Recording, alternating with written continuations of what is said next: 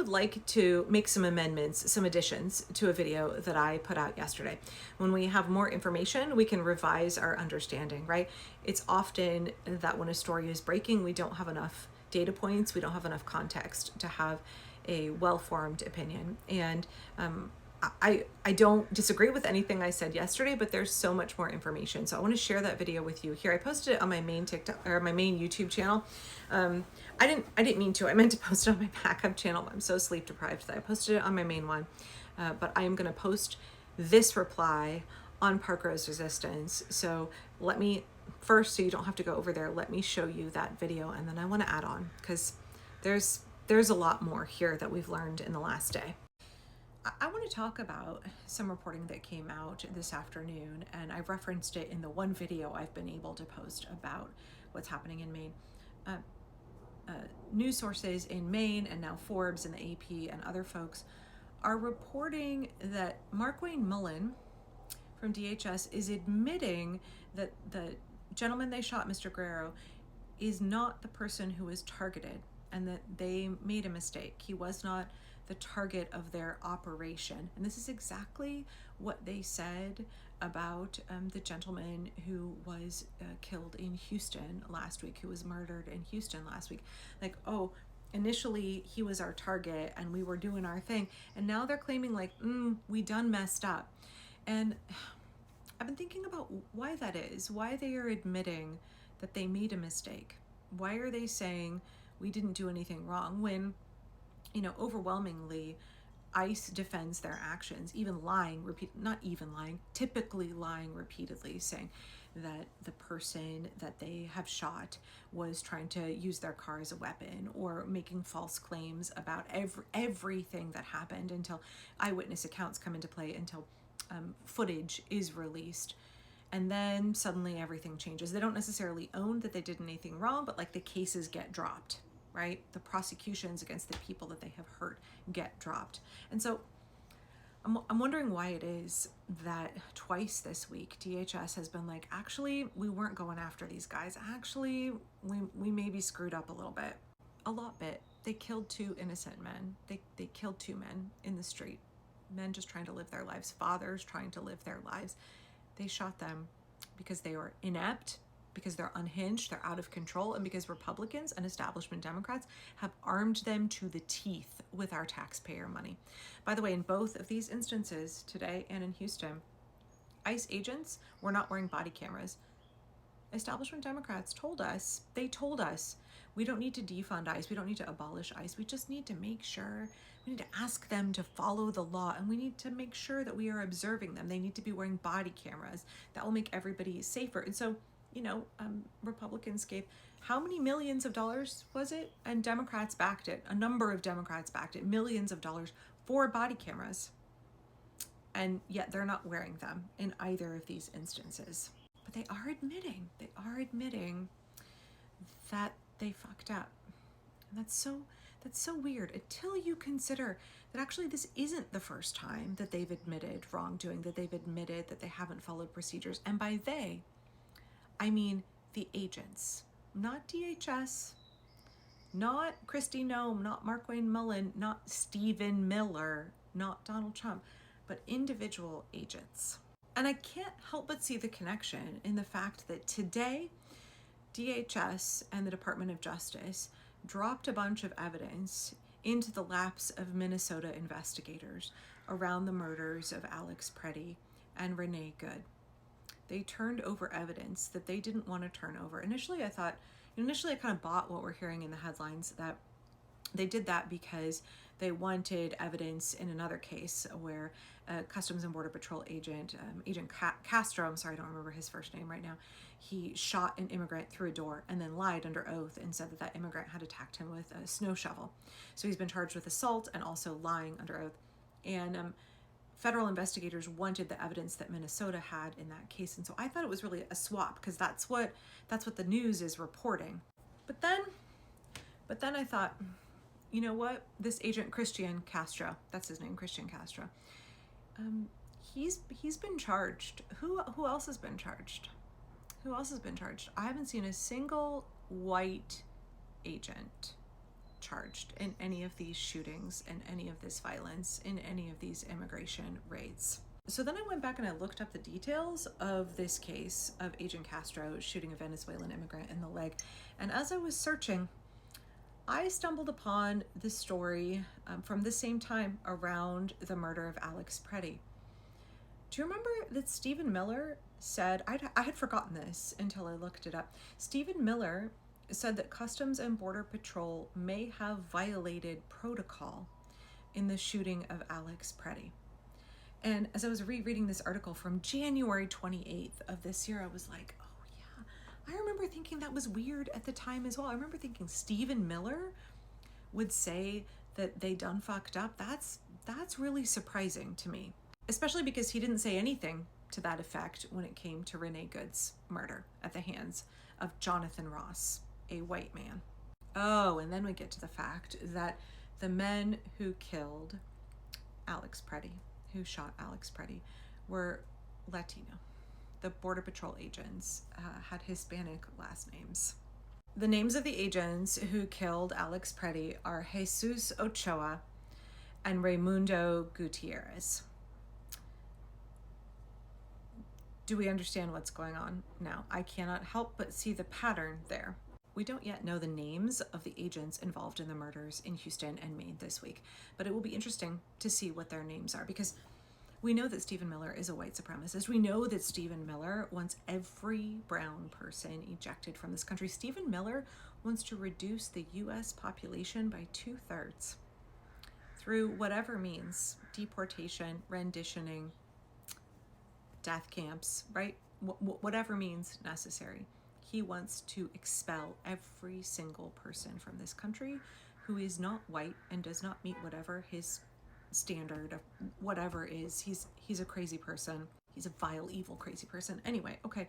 So when we look at all of these patterns, I just can't help but wonder if the times they admit error are when they are setting up these agents to take the fall. Now, let's be clear, these agents are responsible for killing people, but whether they are throwing these brown shirts under the bus, right? They are expendable.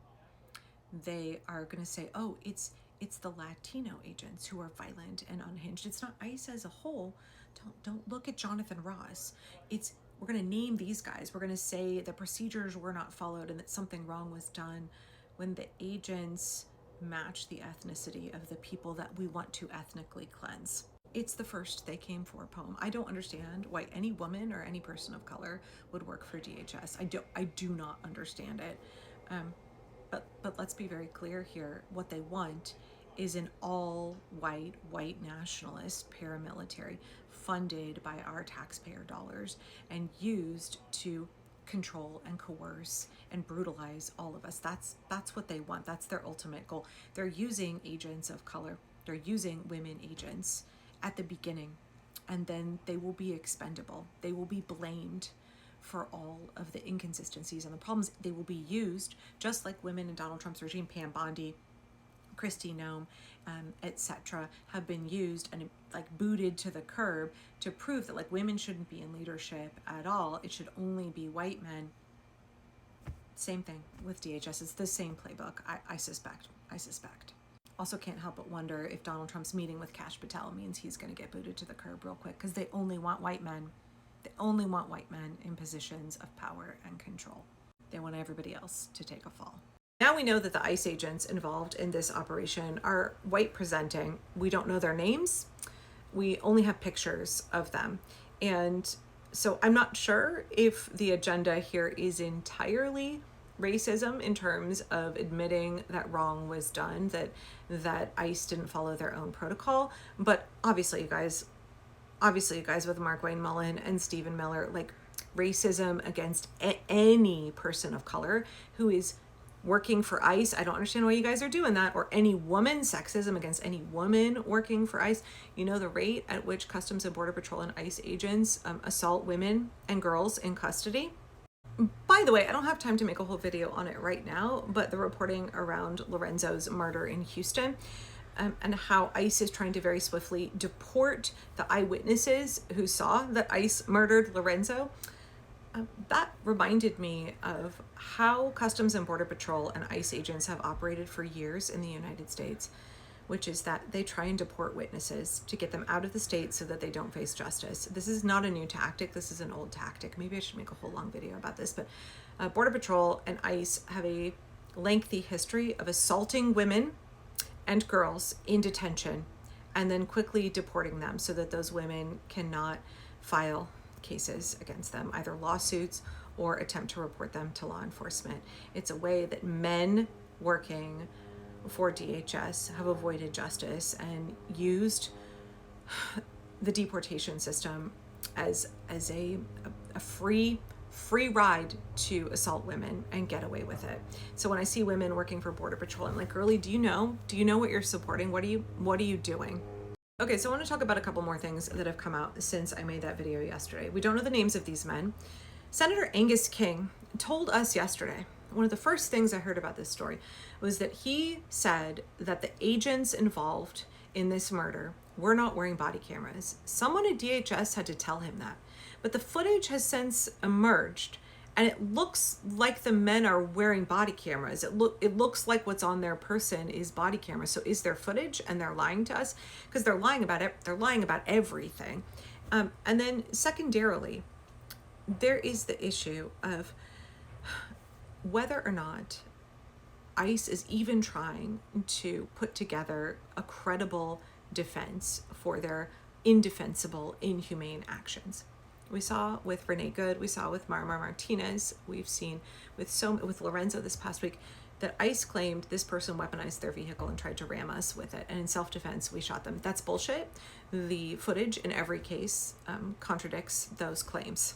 But in this case, they didn't even try and have that pretext for their actions. They didn't even try to say it was self-defense, because obviously the car is turning away and he shoots into it, right?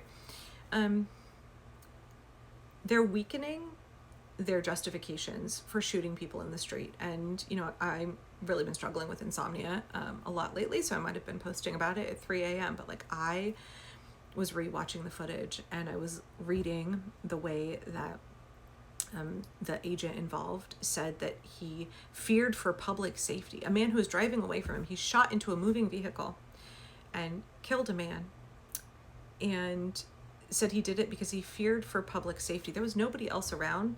Killing somebody behind the wheel of a moving vehicle is not going to increase public safety. DHS's own wording from its own handbook says that what this man did is not a justifiable defense for this use of force. He murdered an innocent man, and the justification that DHS is giving, and it took them many, many hours to come up with this excuse for what they did. It's so fucking weak. And at 3 a.m., I'm up thinking, are they getting to a point where they're just going to drop any justification at all, where they're just going to not even bother? The excuses are so flimsy, so transparent, so much complete and total horseshit, and we all see it. Walk us through what you know at this hour. Well, number one, it's a real tragedy. This was a young man who was married, had a 3-year-old daughter, was working, and wasn't the target of the investigation. They were going after the wrong person. And we don't have much in the way of facts, except that this fellow was killed driving a car. And there's a lot of law about law enforcement officers shooting into cars. You're not supposed to shoot into a car unless there's imminent threat to yourself or to others. And it was really interesting. DHS issued a statement last night, and they said that the officer perceived that there was a danger to public safety.